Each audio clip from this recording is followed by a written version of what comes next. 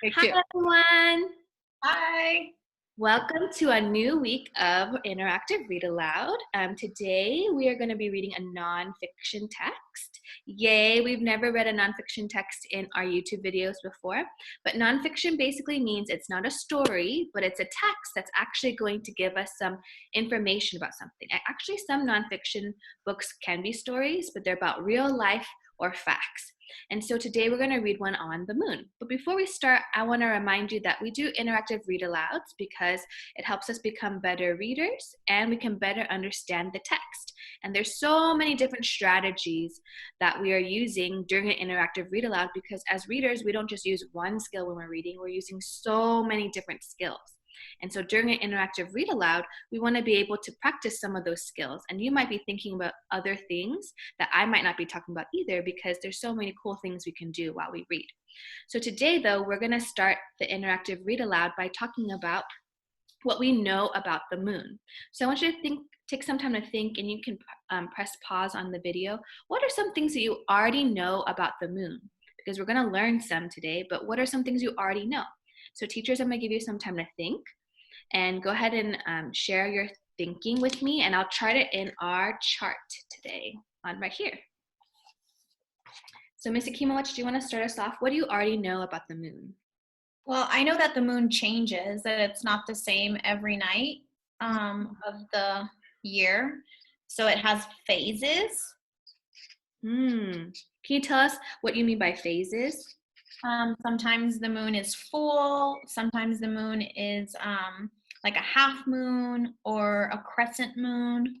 And sometimes there's no moon at all in the sky. But it's not that it's not there. It's just we can't see it. Great. Thank you for sharing, Ms. Akimowicz. Ms. Rosales, do you have any other thoughts you'd like to add on about what you know? The moon comes out at night, and the white that we see is actually the reflection of the sun on the moon's surface, and that's what we see. So can you say that last sentence one more time? The moon is what?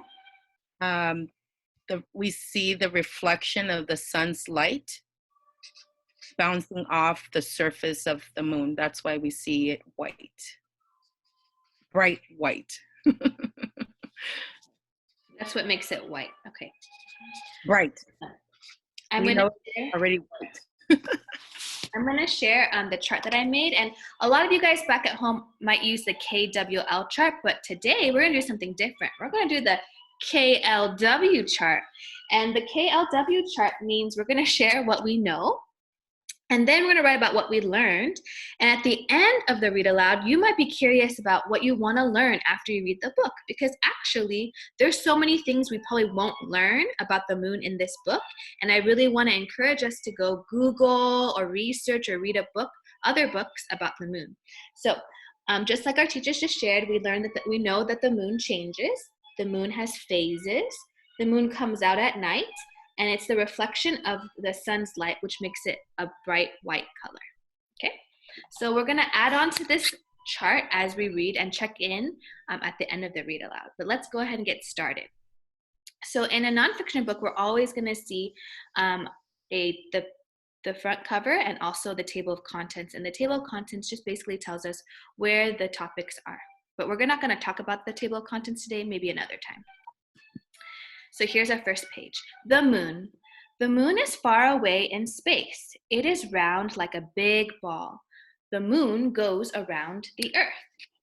And we're going to actually stop and act really quick because I want us to think about, what do I mean by the moon goes around the earth? So we're going to pretend to be the moon and go around something in our house. And so right now, I'm going to go around my chair. And you might want to think about, how am I going to stop and act and think of what am I going to walk around? Because that's what the moon does around the earth. So teachers, you can think about what you'd like to walk around. And when I count to 3, we're all going to walk around that object we chose. Okay? And boys and girls at home, you can try the same. You can also walk around. 1, 2, 3. So I'm going to get up. Here's my chair. We'll walk around all the way around my chair. Ta-da! Yay! Yay! So that's what it means to go around something. So it's going all the way around the earth. Awesome. Thanks for joining on with us. Let's go to the next page. And as we read, make sure you're looking at the pictures and anything else you notice, you can jot down in your journal. I hope you remember to bring your paper and your pen. On some nights, we can see the moon in the sky. On some days, we can see the moon in the sky too. We always see the same side of the moon.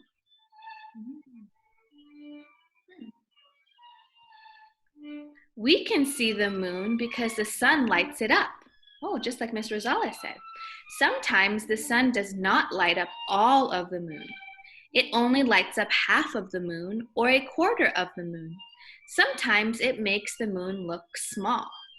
So we're going to stop and draw right now. And I want you to draw what you think the moon looks like when only half of it is lit up by the sun. So you can take your journal and draw what you think the moon might look like at this time.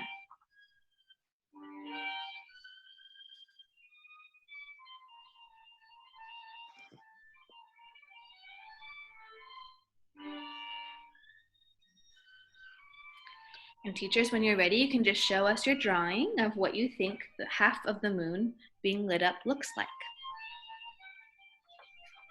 Oops.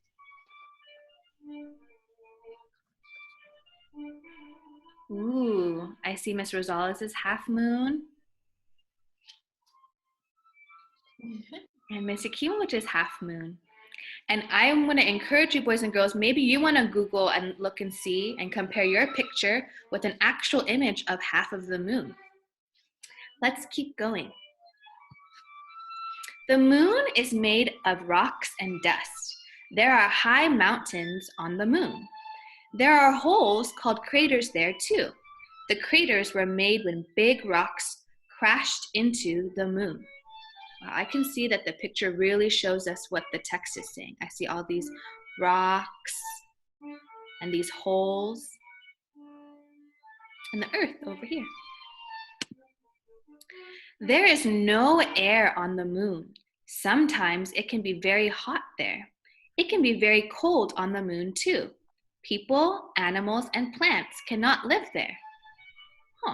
I want us to stop and think. Why can't people, plants, and animals live on the moon?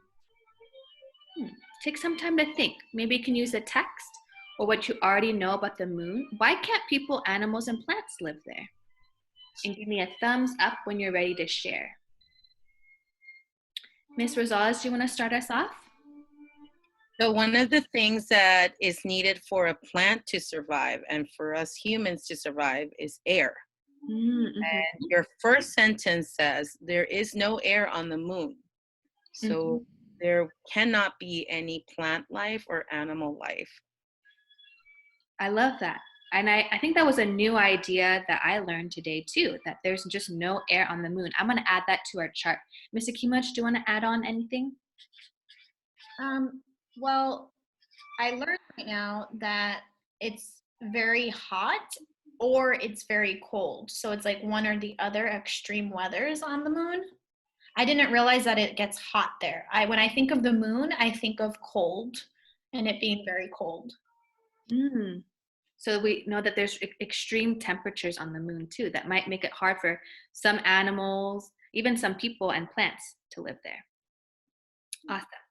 Let's keep going. Astronauts have been to the moon. They went there in spaceships. The astronauts took rocks back to Earth. The rocks helped us to find out more about the moon. Wow, I love seeing the pictures in this book. They just have so many details and help me understand what spaceship means and what the astronauts look like. One day, people could live on the moon. Robots would help them make air and water. Robots would help them make homes and grow food too. Wow, that sounds like really fascinating.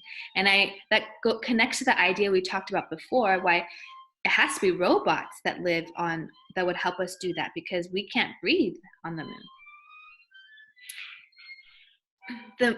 What would it look like to live on the moon? Would you like to live there? So that's a good place for us to stop and jot actually, and write about what do you think it would look like to live on the moon? Now that you know, you've learned some things about the moon, what do you think you would need to survive? And you might want to draw a picture of what it might look like. So boys and girls back home, you can press pause and either draw your picture of what you think it would look like to live on the moon, and write a sentence explaining what you would need in order to live on the moon. So teachers will give you some time to draw and write your answers.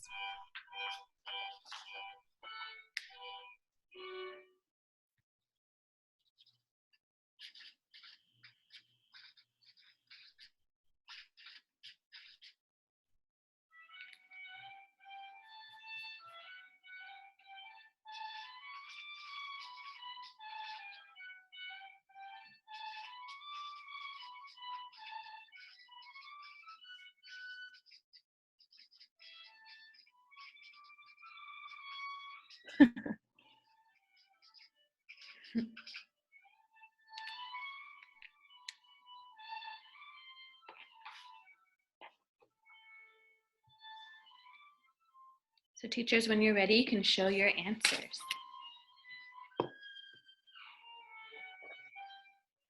So Ms. Rosales, can you explain to us the picture you just drew?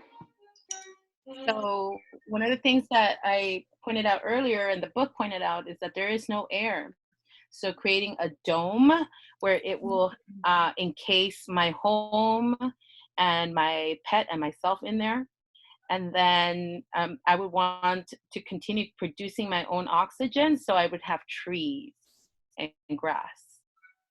I loved how you used text evidence to support your drawings, because we learned some information, and that means that we have to draw and change our answers based on the new information we found out. And it looks like a really safe home there, Miss Rosales. I love it. I love my windows. How about you, Mr. Kimowich?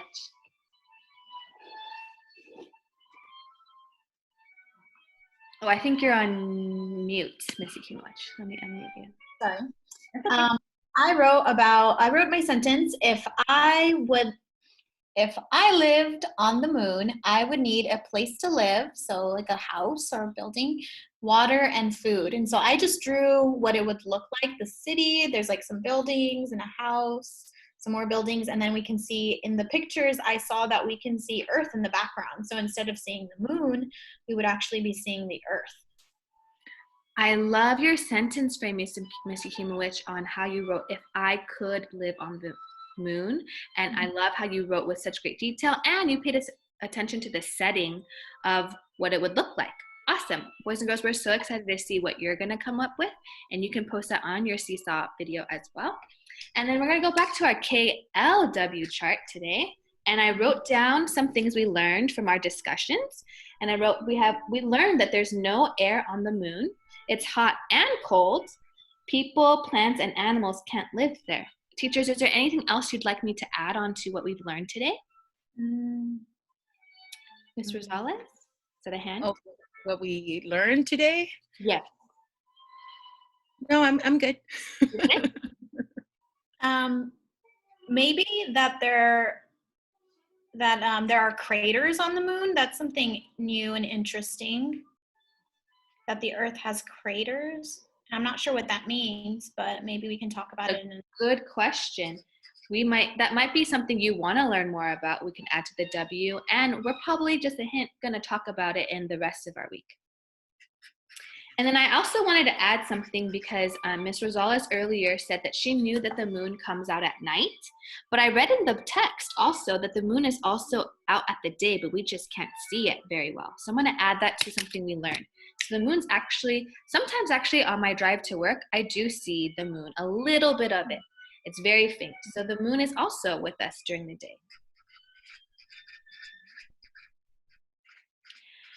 And so I would like you guys to add in your journal maybe some questions, maybe 2 or 3 questions of what you would like to research more about the moon.